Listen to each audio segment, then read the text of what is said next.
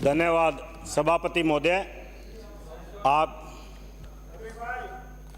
आपने मुझे मांग संख्या 27 व 28 चिकित्सा एवं स्वास्थ्य एवं चिकित्सा शिक्षा पे बोलने का अवसर दिया। आपका बहुत बहुत आभार, बहुत बहुत धन्यवाद। जब इस बार बजट पेश किया गया था तो मेरे विधानसभा क्षेत्र की जनता को बहुत सी उम्मीद थी, क्योंकि उनको आदत पड़ गई थी पिछले 5 वर्षों में कि लगातार हर बजट में नौहर का, नई नौहर के गांव का नाम भी आ रहा था।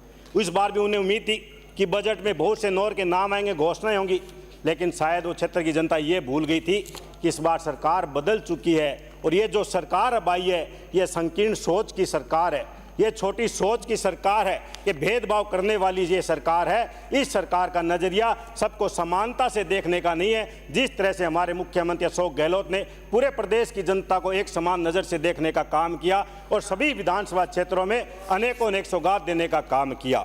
आप पता नहीं मुझे कब किस टाइम बिठा दें, इसलिए पहले मैं मेरे नौर विधानसभा क्षेत्र की मांग मैं माननीय मंत्री महोदय से करूँगा, क्योंकि जिस तरह से माननीय सभी विधायकों ने मंत्री महोदय की तारीफ की कि वास्तव में एक बहुत बड़े दरिया दिल है इनका, ये जिंदा दिल इंसान है, तो मुझे भी लगा क्यों न मैं पहले मेरे क्षेत्र की समस्या इनके बारे सामने रख दूं। हो सके कि आने वाले पूरक बजट में कुछ मांग हमें भी मिल जाए, क्षेत्रवासियों को मिल जाए। मैं माननीय मंत्री महोदय से निवेदन करूंगा कि मेरे शहर में एक शहरी प्राथमिक स्वास्थ्य केंद्र है, जिसे दानदाताओं के द्वारा एक बिल्डिंग का निर्माण कार्य करवाया गया था। करोड़ों रुपए की वो जमीन है। जब उस हॉस्पिटल का आपकी तत्कालीन सरकार में खुला था, मातृ एवं शिशु रोग के रूप में उसमें इकाई शुरू हो रही थी, लेकिन बाद में वो केंद्रीय सरकार के द्वारा वो योजना बंद कर दी गई। तो मेरा आपसे निवेदन है कि उसको शहरी सामुदायिक स्वास्थ्य केंद्र में क्रमोन्नत किया जाए, जिससे कि भामाशाह दानदाताओं का प्रेरणा मिले और आगे जाके भविष्य में भी उनके पैसा खर्च के। मेरा राजकीय उप जिला चिकित्सालय पूर्व की सरकार में हुआ, जहाँ 100 बेड में वो क्रमोन्नत हुआ। मेरी आपसे मांग है, वापिस बता दो, वो मैं लिख के दे दूंगा बाद में, 150 बेड में क्रमोन्नत करने की मैं मांग करता हूं, क्योंकि मेरे विधायक बनने से पहले मात्र 50 बेड का वो हॉस्पिटल था और उसमें भी वो मात्र 47% की ऑक्यूपेंसी थी। लेकिन जब ये 100 बेड में क्रमोन्नत हुआ, अन्य चिकित्सा सुविधा उसमें उपलब्ध हुई, तो आज वो 80% से ज़्यादा की ऑक्यूपेंसी उस स्थिति में है जबकि वहाँ पे आंखों का ऑपरेशन थिएटर नहीं है, हड्डियों के काम नहीं हो रहे और उस बिल्डिंग का निर्माण कार्य चालू है। तो मेरी आपसे मांग है कि उप जिला चिकित्सालय को 100 बेड से 150 बेड में क्रमोन्नत किया जाए। हमारे उप जिला चिकित्सालय में रोजाना 2000 मरीजों की ओपीडी है, लेकिन 300 डिलीवरी हर महीने उस राज्य के चिकित्सालय में होती है। वहाँ सोनोग्राफी की जांच की मशीन नहीं है। ये भी मेरा निवेदन है कि सोनोग्राफी की जांच की मशीन उपलब्ध कराएं। अगर मशीन नहीं है तो मैं विधायक कोटे से देने के लिए तैयार हूँ। आप वहाँ पे सोनोग्राफी के लिए डॉक्टर की वहाँ करें, स्थापित करें, जिससे कि इलाज हो सके।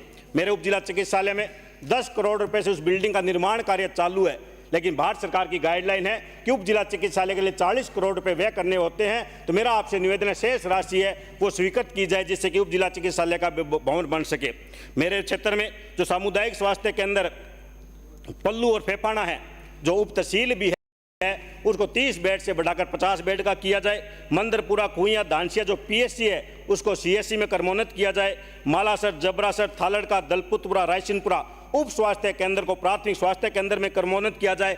और नौहर में आंखों का डॉक्टर तो है, उप जिला चिकित्सालय होने के बावजूद वहाँ ऑपरेशन थिएटर आंखों के सामग्री की वहाँ जरूरत है, तो उसकी पूर्ति की जाए। और मेरा एक आपसे निवेदन है कि उन हॉस्पिटलों में भारी भरकम बिजली का बिल आता है, जहां नई नई बिल्डिंगें बन रही है उसमें सोलर प्लांट की भी स्थापना की जाए। और जिस तरह से पूर्व माननीय बहुत से सदस्यों ने सफाई का मुद्दा उठाया, सफाई इस वजह से भी नहीं हो पाती कि उन हॉस्पिटलों में सरकार के द्वारा सफाई का बजट बहुत ही कम दिया जाता है और उससे आगे बढ़कर वो सफाई के में खर्च नहीं कर पाते। तो अब सफाई का बजट भी मैं बढ़ाने की आपसे करता हूँ। माननीय सभापति महोदय, माननीय बहुत से सदस्यों ने बड़ी बड़ी बातें की। मैं आपसे कहना चाहता हूँ कि पिछले 34 वर्षों में 15 वर्ष कांग्रेस का शासन काल रहा और 19वां साल भारतीय जनता पार्टी के शासन काल का चल रहा है। लेकिन जब जब भी चिकित्सा की बात आई, क्योंकि भूखे को रोटी, प्यासे को पानी, मरीज को दवा देना सबसे बड़ी सेवा होती है, और वो व्यक्ति दलित का, कमजोर का, गरीब व्यक्ति का दर्द वही समझ सकता है जिसने धरातल पर रहकर काम किया हो। लेकिन जब भी कांग्रेस की सरकार सत्ता में आई, सबसे पहले हमारे मुख्यमंत्री अशोक गहलोत ने निःशुल्क दवा योजना लेकर आए, जिससे कि राजस्थान के मरीजों को बहुत राहत मिला। हम उस गरीब व्यक्ति के दर्द को देखें जिसके जेब में 100 रुपये नहीं होते, अगर उसके घर में बीमारी आ जाती है, उसकी ज़मीन जायदाद सब उनको गिरवी रखना पड़ता है, वो कर्ज के नीचे डूब जाता है। और उससे आगे बढ़कर उन्होंने मुख्यमंत्री निःशुल्क जांच योजना लेकर आए और उससे आगे बढ़कर 25 लाख की मुख्यमंत्री चिरंजीवी बीमा योजना लेकर आए, जो पूरे देश के अंदर उस योजना को सराहा गया। और इसके साथ साथ मुख्यमंत्री दुर्घटना बीमा योजना भी लेकर मुख्यमंत्री अशोक गहलोत लेकर आए, क्योंकि वो गरीब का दर्द जानते थे, गरीब की समस्या को जानते थे। वो ये चाहते थे कि राजस्थान प्रदेश की जनता को किसी भी तरह की दिक्कत नहीं होनी चाहिए, प्रत्येक उसके मरीज तक उसकी दवा मिलनी चाहिए, उसकी जांच निःशुल्क होनी चाहिए, अगर कोई दुर्घटना होती है तो उसमें भी उनको पैसा मिलना चाहिए। ये बड़ी सोच मुख्यमंत्री अशोक गहलोत की थी। आज बातें कर रहे थे कोरोना काल की, बातें कर रहे थे देश के प्रधानमंत्री की कि कोरोना काल में प्रधानमंत्री जी ने क्या किया। मैं आपको बताना चाहता हूं कि देश के प्रधानमंत्री ने कोरोना काल में क्या किया। उन्होंने काम किया उस संकट की घड़ी में जो एक पूरे विश्व के अंदर प्राकृतिक आपदा आई थी, और उस माननीय प्रधानमंत्री जी ने सांसदों के कोटे को फ्रीज करने का काम किया। 76 की जनता तड़प रही थी, लेकिन सांसद के पास पैसा देने के लिए नहीं था। वहीं दूसरी तरफ मुख्यमंत्री अशोक गहलोत ने कहा, चाहे मेरा पूरा खजाना खाली क्यों ना हो जाए, मैं मेरे राजस्थान की जनता को तड़पता हुआ नहीं देख सकता। और जो भी नियमों में राहत देने का काम किया, जिससे विधायक अपने विधायक कोटे के पैसे से क्षेत्र की जनता को सेवा करने का काम किया, और पूरे देश की राजस्थान की जनता से यह आह्वान किया। माननीय सभापति महोदय, पहले मैंने शुरू पहले कहा था, आप टाइम देख लीजिए, मेरा 12 मिनट का समय 5 मिनट हुए हैं। ये आप नाइंसाफी सदन से इस शासन से न करें। अरे मैं आपको एक आईना भारतीय जनता पार्टी की सरकार का, कांग्रेस शासन काल का। एमएलए साहब, आप 1 मिनट, आप गलत सूचना रिकॉर्ड पे जाने दे रहे हैं। सांसदों का कोटा लैप्स नहीं हुआ था, फ्रीज कर दिया वो था। सारा का सारा प्रधानमंत्री ने अपने हाथ में लेके कोरोना में लगाया था। आप गलत तथ्य क्यों दे रहे हैं? आप बाद में बता देना, मेरे को मात्र हमने भी विधायक कोटा कोरोना में लगाया, उन्होंने सांसदों का कोटा कोरोना में लगाया। 5 साल भारतीय जनता पार्टी की सरकार थी, उसके बाद 5 साल कांग्रेस की सरकार थी। आपकी भारतीय जनता पार्टी की सरकार में क्या किया? आपने मात्र 7 उप स्वास्थ्य केंद्र खोले। हमारी कांग्रेस की सरकार ने 1674 सब सेंटर खोलने का काम किया।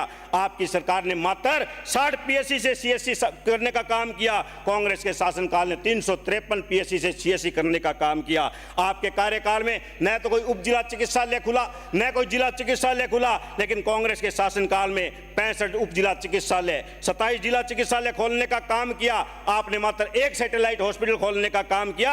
वही कांग्रेस के शासनकाल में 13 सैटेलाइट हॉस्पिटल खोलने का काम किया। आपने मात्र 865 बेड को बढ़ाने का काम किया। वही हमारे कांग्रेस शासनकाल में 11,700 बेड बढ़ाने का काम पिछली सरकार में हुआ। आपके प्रधानमंत्री जहां ताली बजवा रहे थे, थाली बजवा रहे थे, वही कांग्रेस के हमारे नेता उन घरों तक भोजन पहुंचाने का काम कर रहे थे, दवाई पहुंचाने का काम कर रहे थे, ऑक्सीजन पहुंचाने का काम कर रहे थे। चार्टर्ड प्लेनों से बंबई से दवाइयां मंगाई गई, जिससे कि हमारे मरीजों को दवाई मिल सके। और आपकी भारतीय जनता पार्टी की जहां जहां सरकारें थी, वो रेमडेसिविर इंजेक्शन 50,000 में मिल रहा था, वो हमारे मुख्यमंत्री ने नौर के प्रदेश के अंतिम छोर तक उस इंजेक्शन को निःशुल्क पहुंचाने का काम मुख्यमंत्री अशोक गहलोत ने किया।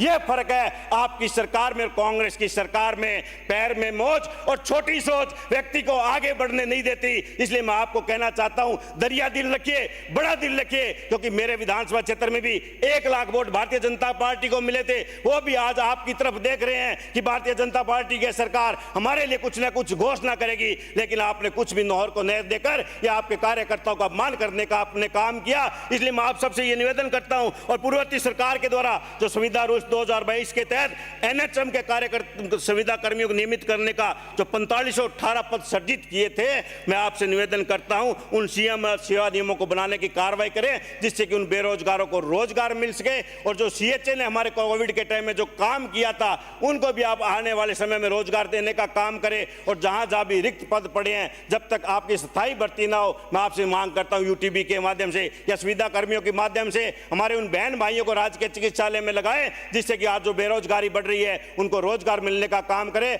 आपने बोलने का अवसर दिया, आपका बहुत बहुत आभार, धन्यवाद। जय हिंद, जय भारत।